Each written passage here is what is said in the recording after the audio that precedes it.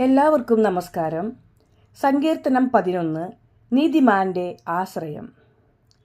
ഞാൻ കർത്താവിൽ അഭയം തേടുന്നു.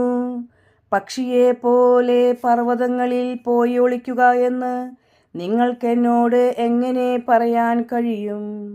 നിഷ്കളങ്ക ഹൃദയരെ ഇരുട്ടത്തെയ്യാൻ വേണ്ടി ദുഷ്ടന്മാർ വില്ലുകുലച്ച് അമ്പു തൊടുത്തിരിക്കുന്നു. അടിത്തറ തകർന്നാൽ നീതിമാൻ എന്തു ചെയ്യും? കർത്താവ് തൻ്റെ വിശുദ്ധ മന്ദിരത്തിലുണ്ട്.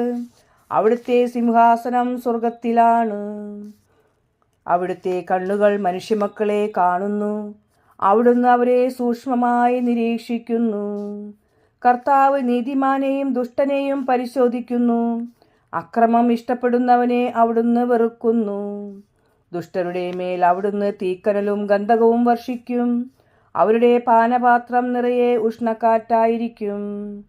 കർത്താവ് നീതിമാനാണ്. അവിടുന്ന് നീതിയുക്തമായ പ്രവൃത്തികൾ ഇഷ്ടപ്പെടുന്നു. പരമാർത്ഥ ഹൃദയർ അവിടുത്തെ മുഖം ദർശിക്കും.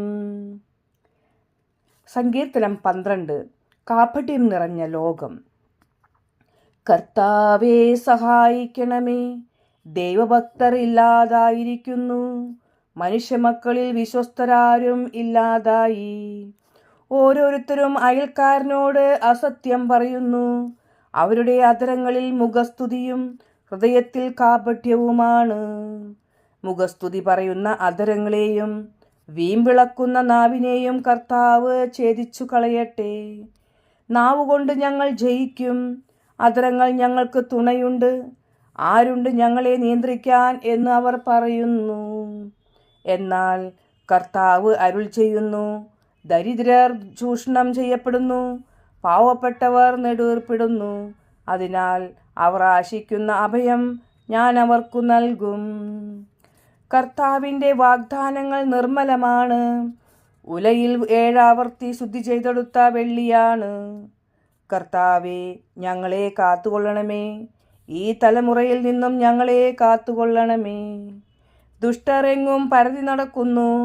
മനുഷ്യപുത്രരുടെ ഇടയിൽ നീചത്വം ആദരിക്കപ്പെടുന്നു. Thank you.